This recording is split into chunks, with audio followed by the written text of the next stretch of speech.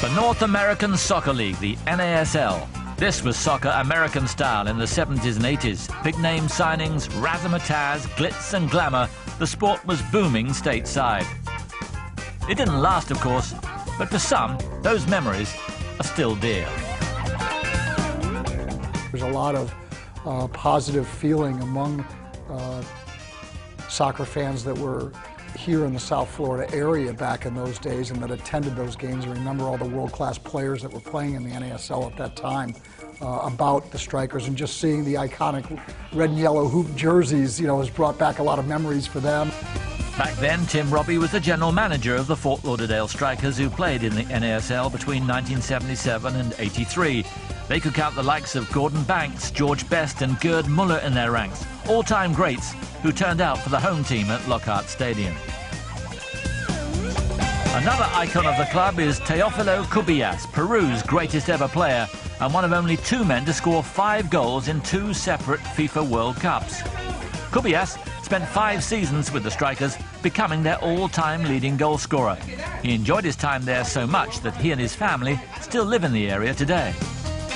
I've been living here in South Florida for 32 years.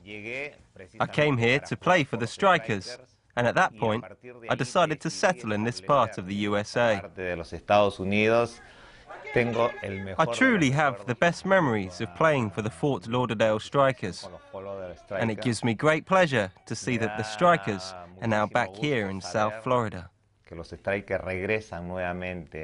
was a fantastic time for me, playing with people like George Best, Gerd Muller, Jan van Beveren and Ray Hudson.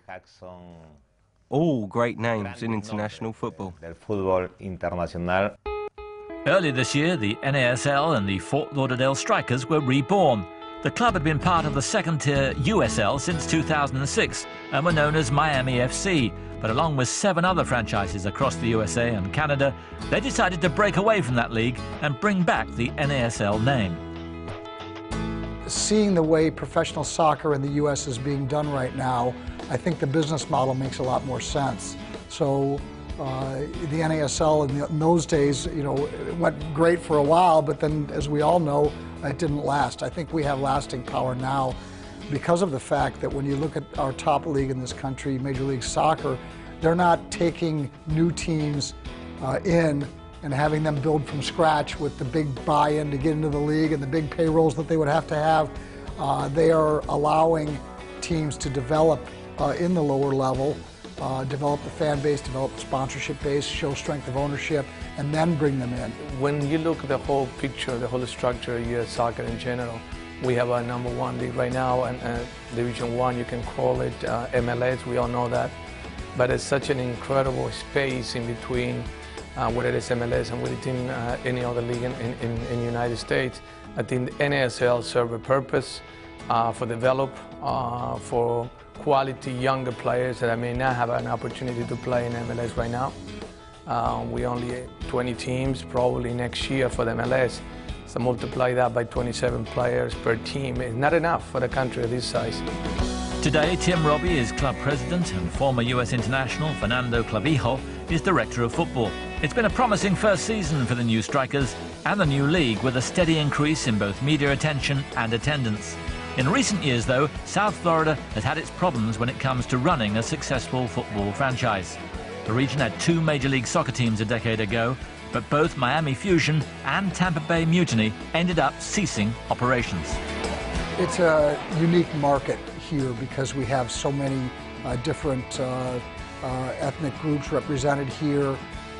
Youth soccer in South Florida is booming, and I think because of the uniqueness of our market, it would take longer here to develop the fan base here than it would in perhaps some markets in Middle America, so to speak. But I think there's probably more potential in a market like this than there is in many other markets in this country. The Strikers finished this season in 2nd place after losing out on aggregate to the NSC Minnesota Stars in the Championship Series. Whilst it wasn't the final result that those associated with the club had been hoping for, a sense of cautious optimism pervades for the future of both the Fort Lauderdale Strikers and the NASL itself. I think the standards are higher than ever been before. And we start the season and we finish the season with the same amount of teams. I think that brings credibility not only for the fans, but also for the franchises, for the league. We need to keep growing for that and be very careful that we don't grow too fast and that we start losing teams. We need to create continuity with the players.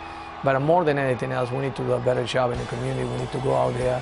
We have to make sure that what we have happened in 2011 can make it better in 2012. What happens next remains to be seen. For starters, Montreal Impact, who played in the NASL this term, will join MLS next season. They'll be replaced by a team in San Antonio, and there are plans for the NASL to add more clubs in the next few years. But is the future of the league simply as a stepping stone for franchises hoping to step up to the top flight? I would say that the South Florida market deserves to have Division I soccer, whether it be in the MLS or whether perhaps our league can grow to the point where we are on an equal level with MLS. I know that's sort of, difficult for some people to understand who follow international soccer. How could you have two D1 leagues? This country is a little different and things are done differently. And so to answer the question, I would say yes, I think the South Florida market can support Division I soccer. And whether or not that means we go to MLS or try to become a Division I on our own with other teams in our league, that remains to be seen. But I think we can do it.